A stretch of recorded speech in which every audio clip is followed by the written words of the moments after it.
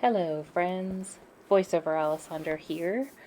I have tried to film an intro to this studio vlog probably 4 times now, and each time I listen back to them I'm like, oh no, that's not quite what I wanted to say or how I wanted to say it, so I thought let's just have a chatty vlog where we catch up because it's been 8 months since February that I've done a studio vlog, and a lot's been going on.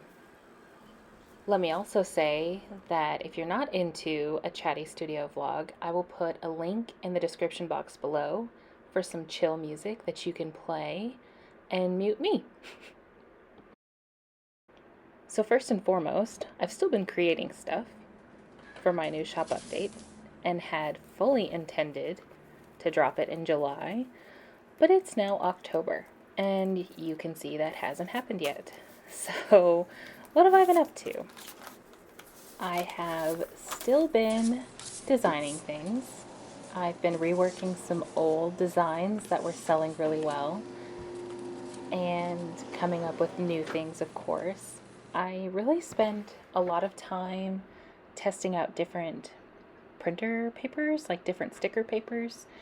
And I really spent a lot of time making my stuff more consistent, because since I am a smaller shop and I'm not using a manufacturer, I really wanted to hone in on that consistency and make sure that if you ordered a sticker sheet before and you reordered it in the future, it would be the same size, it would look exactly the same, and it would be the same quality. So I spent a lot of time doing that, and I think I found something that works really well for me, and it's something I'm proud of. So, and it's not too expensive. I really wanted my stickers to be waterproof because I also am obviously a sticker goblin myself. And being that I use so many stickers, I did spill some perfume on mine, which I have in a previous studio vlog, and ruined a bunch of ones that I had just bought that weren't waterproof. Which is not to disparage those, but only to say that that's definitely what I wanted for what I was putting out. So I finally figured that out. I am also back in school for the first time in over 10 years, working on a degree I started and didn't finish, and I only had 5 classes left to finish, and I'm currently, in October, in my last class of my last semester, so that's very exciting, on a graphic design degree. So with school going on, this break really started in February when we lost Alan, who was a dog I've had for the past 9 years. She was the best dog, like the dog I'll compare every dog we ever have in the future to. It was really all of a sudden, and honestly really traumatic, and I'm still grieving her because she's in every memory on every social media platform every day for the past how many years. But that's really what kicked off me needing a break, was just being so upset with her. And it's okay to take a break. I mean, if you need a break, you should be taking a break from whatever you're feeling like you should be doing. It's okay. I definitely needed that break though, and that's kind of where it started. I have also been taking more makeup jobs. I am working with my friend Carol, who is a local photographer, and she does a lot of photo shoots in the area, and we've been stacking them up on Saturdays and working together, which has been a lot of fun because makeup is an art form that I've been doing for a really long time and something that I kind of got away from for a little bit. So it was really fun to get to do this with her several weekends, and we're still planning more for February. I used to actually have a YouTube channel before I had this one, way back in 2009, when it was just before people started making money on YouTube, and I just did makeup tutorials, and I mean, it wasn't a rager, but it was fairly successful. But once the makeup community got kind of toxic, I definitely pulled back from that. Yeah, that wasn't a passion for me anymore once I started seeing behavior of other people. Let's see, what else? Well, my husband and I were going to sell the house. We had started to purge a lot of furniture we weren't using, a lot of belongings and memory mementos, because I'm kind of a pack rat. I keep everything, and in fact, we found every cell phone I've had since I was 15, including some Nokia phones. So that was interesting. So we purged a lot of that stuff, and then we decided that we were still in love with that house and we weren't ready to sell it. So we kept it, and we're still working on it, which is kind of nice. We found kind of a new love for it. This was when my finals were in the spring, and Kai bought me post-final juice, which is Moscato, which is my favorite wine. And I'm taking a French final. So since then, we have also gotten a new puppy. And let me explain. When we lost Alan, maybe in June or July, we lost her in February, so maybe by June or July, we were starting to heal better. But I still missed having that little dog. Gooby is not little. She's huge. And we also noticed that she behaves so much better when she has another dog to play with. She is not a one dog family kind of dog. So we started working with some rescues in the area, and we had applied for 2 dogs, and unfortunately we missed out on both of them. They were adopted before we could get them. And then we found this litter of Chihuahuas, that Chihuahua Terrier mixes, and we worked with this rescue called Love of Littles, which was a great rescue to work with. The woman who runs its name is Karen, and she kind of really honestly does the whole eastern side of the country. She works very hard for these dogs. And so we filled out our application with them. We did our home check. Everything was going really great. And then we got to go meet the foster and meet the litter of puppies so we could pick one. And ironically, we picked the littlest one, who they had named Cha-Cha. They called it the Grease litter, and had named every puppy after a character from Grease, which was very cute. And we just fell in love with her. And she was so sweet and very quiet, and just wanted to have belly rubs and cuddles. And she's been with us for a couple of months now. And her and Gooby are the best of friends. We were a little nervous about how Gooby would be with her, because she's a very clumsy, very big dog. And we were just nervous about how she'd be. But she is so gentle and so sweet.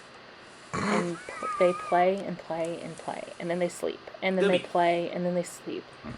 They're really very cute.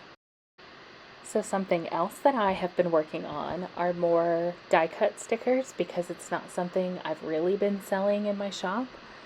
I had previously released some Legend of Zelda Link's Awakening stickers, which I love, but I did not have the tools in my tool belt to make those as good as I could have. And what I mean by that is I was only using Procreate, and I hadn't learned Photoshop yet. And so when I wanted to enlarge the drawings that I had done to print them for stickers, they were cutting very jagged. So I have figured that out, which, I feel like anything you do in life is going to be an ongoing learning process.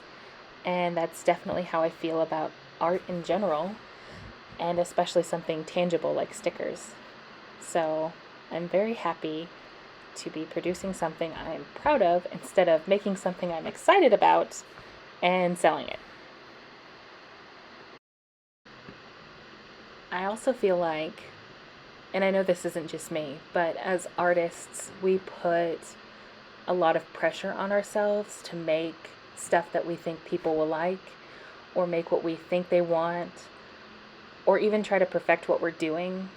And that really, especially for me personally, gets me stuck in this loop of starting an art project and not finishing it because I just get way too critical about what I'm making and what I'm doing and how it looks and will I think people will like it.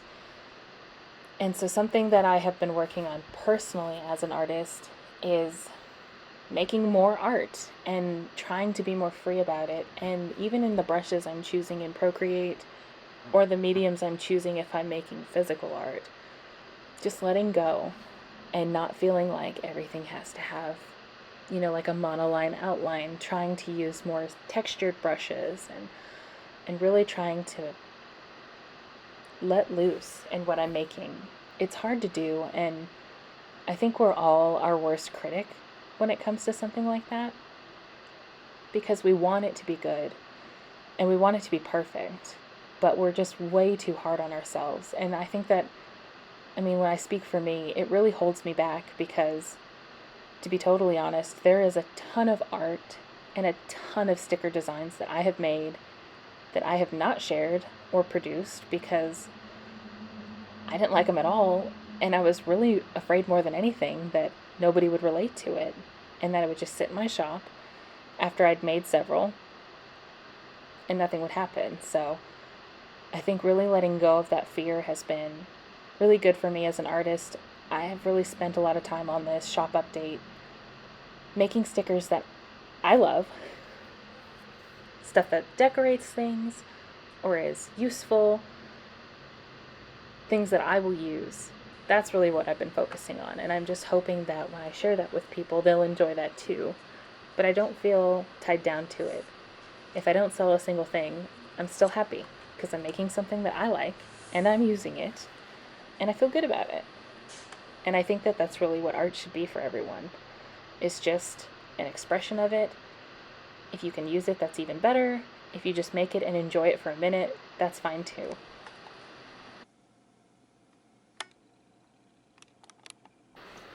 Something else I've really spent a lot of time on while I've had this break is trying to figure out different ways that I want to package things. And so something that's been in my shop for a really long time are library card reviewers. They look like old library cards we used to get in elementary school, but you could use them to review books or music or whatever you wanted to use them for. And previously I had just been putting them in a cello bag and sending them on, but that didn't seem right. So I spent some time designing a little pocket for them to go in your book journal or in your bullet journal or however you want to use it, wherever you would want to keep them, you could tape them in and have access to them. So not only packaging for that, but just packaging for my sticker orders in general. I was trying to figure out a way to be a little more eco-friendly, use a little bit less plastic. So I do still want my packaging to be waterproof because I'm mailing paper and that's important. So I am still using cello bags, but I am using resealable ones. So you can use them again and again, put other things in them, notes you want to keep, whatever you want to put in them. They are reusable. I have not started buying biodegradable stuff because in my research on being eco-friendly, it really seems like the plastics that are biodegradable have to be under a certain circumstance environmentally to actually, decompose. And so I'm not sure how I feel about those yet, but being more eco-friendly is something I think we can all learn about and do better on. So I will be continuing my search for better stuff to package my things in as this shop keeps growing. I also just wanted to put a quick disclaimer in here because voiceover Allesandra is going to take a break on this next set of clips because editing this vlog, especially at this point, had me cracking up. I don't even remember this exchange between Kai and I. Kai's my husband. I don't remember it, but like editing this, I was crying, laughing so hard. And I could hear, while I was editing this, Kai in the living room laughing because he could hear what we were saying in these clips. So I just wanted to give a quick disclaimer to say we are totally joking. It cracks me up still. We are very in love. We are not financially unstable. It was all just really good fun.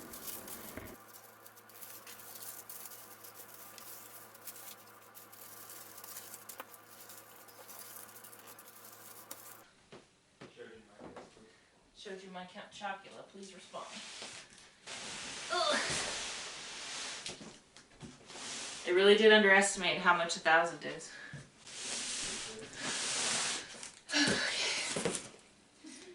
Do what? I said you spent all of our money, now we're poor. Please buy my stuff because I spent our rent money. Just kidding. I didn't do that. You shouldn't say that. Ah!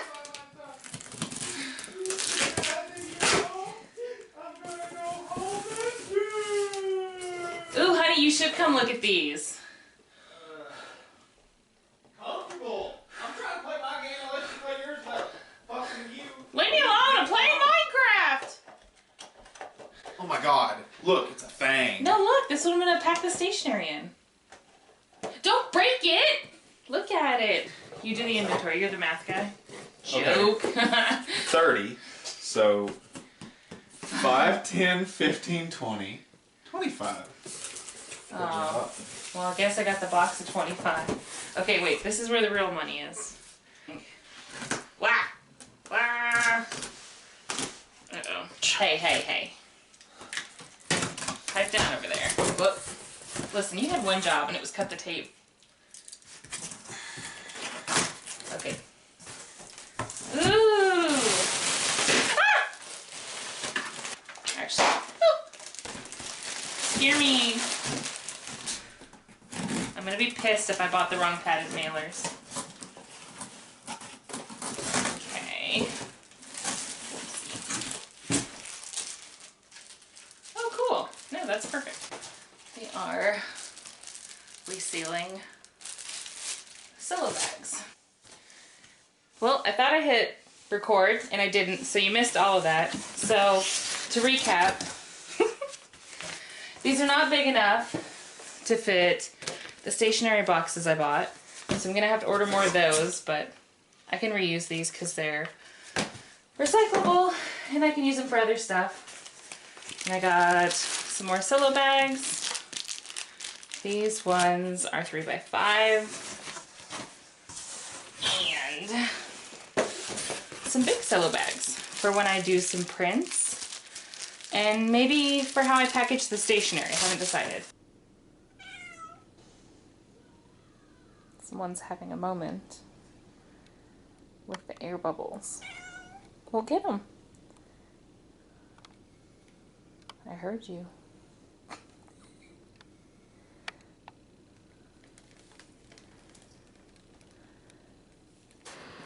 Hey, voiceover Allesandra back. If you've made it here, you are just about to the end of the vlog. I want to close this out by packing a really special order for a customer named Elizabeth, who's been a great supporter of the shop, given me some great insight on what she'd like to see and things that she'd like to make. And if you have any suggestions like that, I am all ears. You can comment, send me an email, send me a message, whichever. Now I invite you to sit back and relax and enjoy the vocal stylings of my mother playing with Gooby. She was staying with us when I packed Elizabeth's order. And even though I said, Mom, I've got to pack an order, I'll be recording, she was very vocal about how goofy her and Gooby were. Thanks for watching, guys.